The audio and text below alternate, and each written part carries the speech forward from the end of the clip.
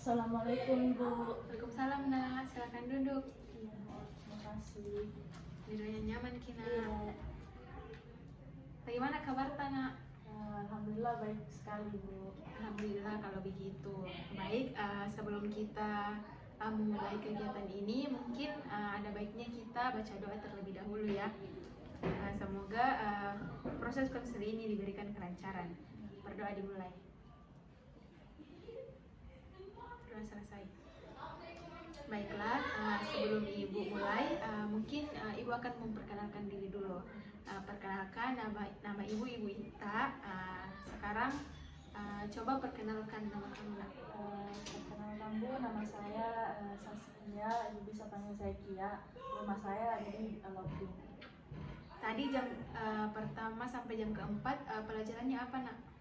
Jam pertama sampai jam 2 itu pelajarannya agama Bu. Kalau jam 3 sampai 4 itu pelajaran bahasa Jerman Bu. Oke, ini tadi waktunya jam istirahat pertama ya. Setelah ini pelajaran apa? Setelah ini Bu pelajaran ekonomi, tapi ada tugas karena gurunya itu izin tidak masuk Bu. Baiklah kalau begitu. Kalau boleh tahu sebelumnya sudah pernah melakukan proses konseling nggak? Belum Bu. Oke, Ibu jelaskan terlebih dahulu ya. Nah, konseling adalah upaya untuk memberikan bantuan kepada siswa yang dilakukan oleh guru BK agar siswa dapat menyelesaikan masalahnya. Misalnya ada siswa yang bingung setelah lulus mau kemana, bisa disampaikan juga ke guru BK nak.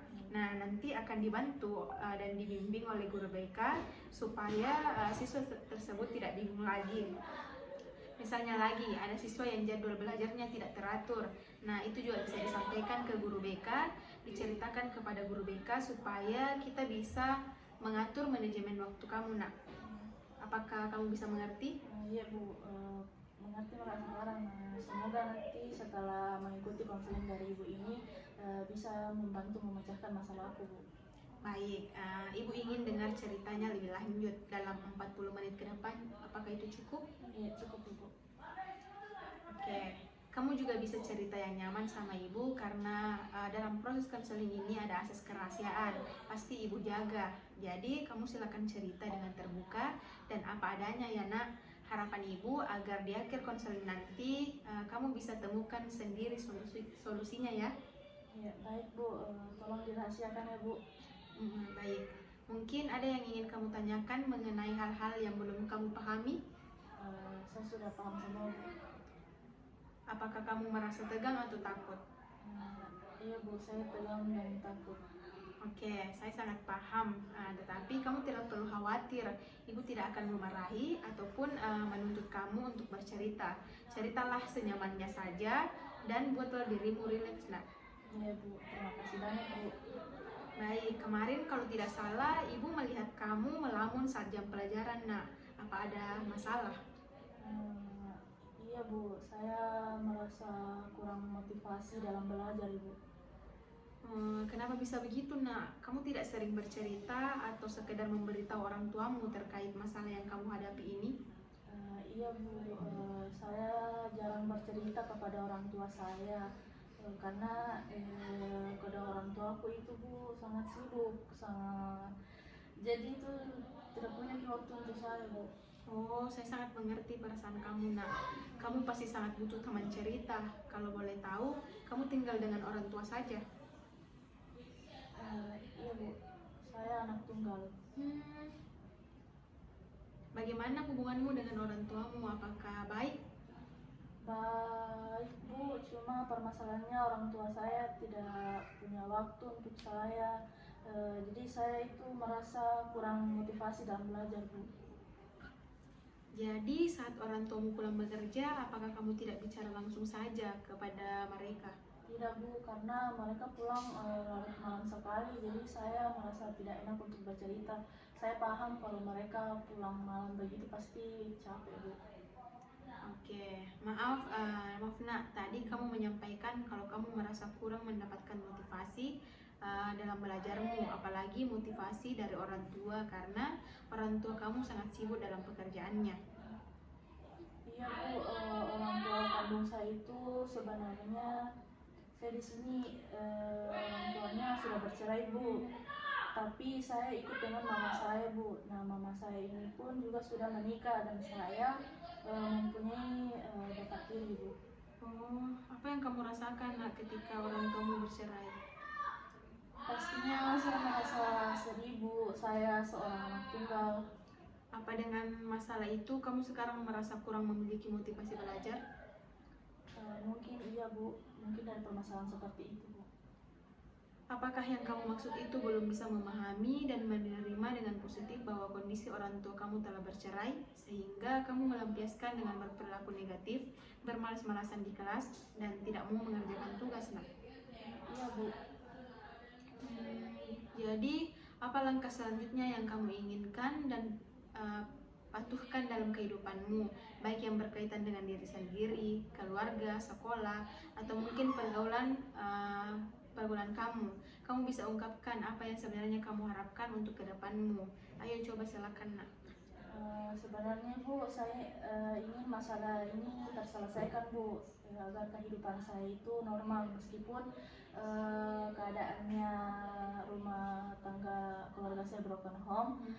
Saya juga ingin merasa rajin ke sekolah seperti dulu lagi biar tidak dibilang anak nakal.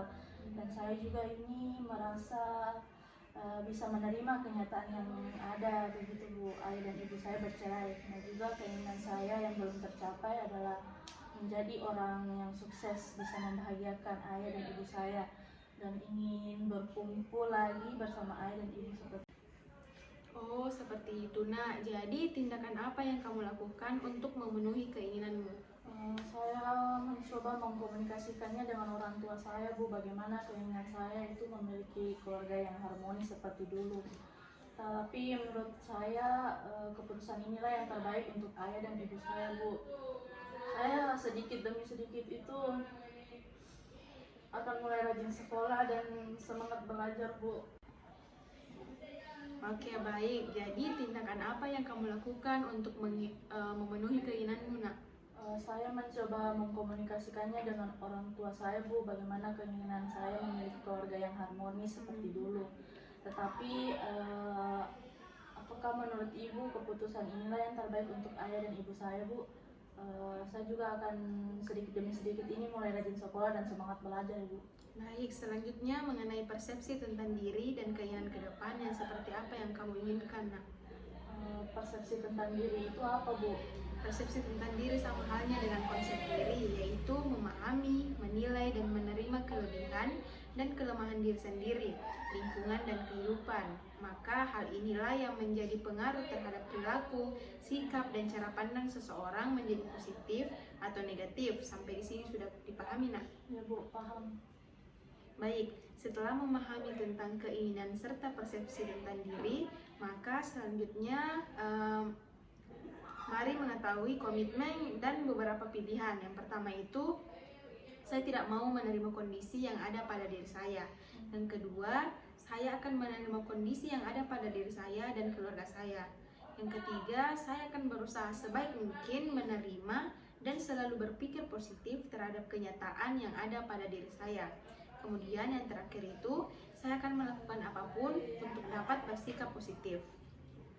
Saya akan berkomitmen, Bu, menjalankan alternatif pilihan nomor 3, yaitu saya akan berusaha selalu berpikir positif dalam menerima dan memahami keadaan, terutama kondisi dari keluarga saya, mengurangi perilaku negatif yang selama ini saya lakukan, dan juga berusaha untuk meningkatkan motivasi belajar saya rajin agar saya bisa menjadi orang yang sukses dan bisa membahagiakan ayah dan ibu saya, Bu.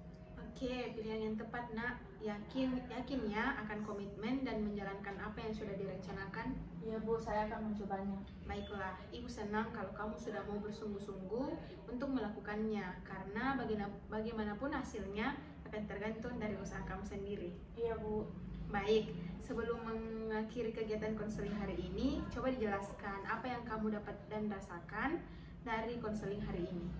Saya merasa lumayan tenang, Ibu. Saya sekarang mulai memahami dan menerima keadaan diri saya. Saya juga bisa mengambil keputusan apa yang terbaik dan sesuai dengan kemampuan dan berusaha meningkatkan motivasi belajar saya, Bu.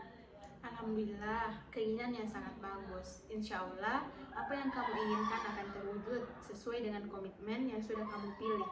Iya Bu. Oke, sebelum kita akhiri sesi konseling ini, mungkin ada yang ingin ditanyakan, Nak? Tidak ada Bu, saya sudah mengerti. Karena tidak ada pertanyaan, kita akhiri ya, Nak. Sebelum diakhiri, mari kita baca doa terlebih dahulu. Berdoa dimulai. Oke, berdoa selesai. Terima kasih ya, Nak. Kalau begitu, kamu bisa kembali ke kelas. Baik Bu, terima kasih Bu. Assalamualaikum Bu. Oke, waalaikumsalam.